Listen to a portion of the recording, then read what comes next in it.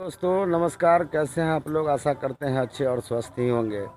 तो आज हम लोग आए हैं खेत में, परवल के खेत में। जो परवल हम लोगों का सूखना चालू हो गया है।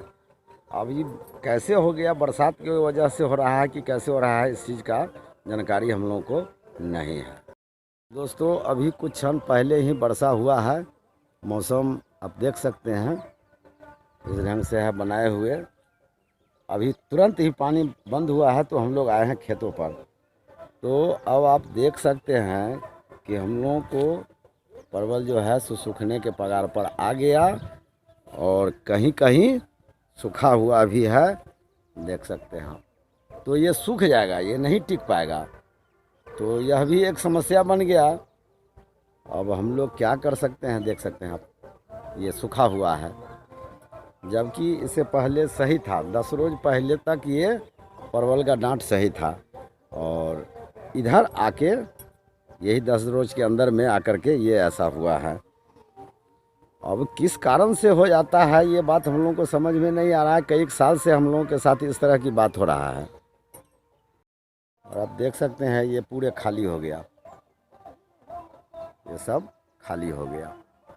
तो समस्या हो गया। तो हम लोगों ने इससे पहले थोड़ा सा कहीं कहीं एक दो पेड़ सूख रहा था, तो हम लोगों को डर बना हुआ था कि ये सूख जाएगा। देख सकते हैं आप, सूख गया। ये डर बना हुआ था, लेकिन हम लोग कहे कि चलिए काठी उठी देगा तो फिर बढ़ेगा। तो हम लोग कहीं कहीं पर कद्दू का पेड़ लगा दिए। अब देख सकते हैं इसको, ये कहीं कहीं पर लगाए। लेकिन उस समय हम ध्यान नहीं दिए कि ये पेड़ लगातार सूख ही जाएगा। तो उसके बाद कहीं कहीं हम लोग कद्दू का पेड़ लगा दिए। अब ये कद्दू लगा दिए तो मान लिया सूख गया, लेकिन ये समस्या है कि हमने कहीं कहीं ही लगाया है इसको। तो यह भी एक समस्या ही है मेरे लिए। अब कितना दूरी तय कर पाएगा। तो हम लोग थोड़ा ज़्यादा ये हो जाते हैं फसल जलने के बाद। अब बताइए, इतना मेहनत करके परवल को लगाए थे, बहुत सारा मेहनत किए हम, और उतना निकला भी नहीं।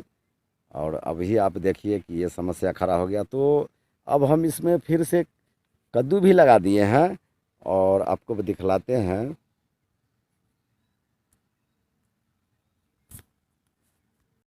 के बाद हम लोग सीम भी लगा दिए कहीं कहीं, देख सकते हैं सीम भी लगा दिए। इसमें तो कीड़ा लग गया है, तो इसको तो दवा चलेगा, ये सही हो जाएगा। तो यही हम थोड़ा मिस्टेक कर गए कि हमको उसी समय में लगा देना चाहिए था पूरे सीम का ही पे, या नहीं तो कद्दू लगाना चाहिए था। देख सकते हैं यहाँ भी एक दो पेड़ है कद्दू का। जो डांट जो है कद्दू का ऊपर चढ़ गया है। नीचे में थोड़ा सा साग छीट दिए थे, जो कुछ खाने उने की वजह से। तो अब देखिए, अब इस तरफ का भी यही हाल है। यानी पूरे परवल में ही एक सूख जाएगा, पूरा ही सूख जाएगा, ये टिक नहीं पाएगा। तो यही अब हुआ कि सीम जहाँ जहाँ है वही कुछ करेगा। और अब तो परवल का आशा समाप्त हो गया। तो दोस्तों हम लोग के साथ बराबर यही होता ही रहता है, कुछ न कुछ कुछ न कुछ। और किसानी में तो आपको हम बताते ही चले हैं, ज़्यादातर नुकसान ही हो जाता है। कभी कताल पकड़ा जाता है तो कुछ पैसा हो जाता है, और नहीं तो यही हाल होता है, जो कि हम आपको दिखलाते चलते हैं। तो सीम का पेड़ सब है, ज़्यादा नहीं है, लेकिन काम चल सकता है इतना पर। तो हमने लगा दिया, ये भविष्य के लिए हमने लगाया, अंदाज से कि हो सकता है कहीं मेरा परवल सूख जाएगा तो बाद में फिर दिक्कत होगा, इसलिए हमने इसको लगा दिया। तो हम लोग के साथ क्या समस्या होता रहता है वो आपको हम बता ही दिए। अभी ये कुछ थोड़ा और निकलता है, 1-2 महीने और ही निकलेगा, इससे ज़्यादा नहीं निकलेगा। अगर 2 महीने निकल जाता कुछ अच्छे ढंग से तो थोड़ा मोड़ा पैसा हो जाता। लेकिन अब ये भी समाप्त हो चुका, अब दूसरा कोई विकल्प भी नहीं है मेरे साथ। और मेहनत तो हम लोग करते ही रहते हैं, ये बताते ही रहते हैं आप लोगों को। तो दोस्तों यही है कि किसानी में हार और जीत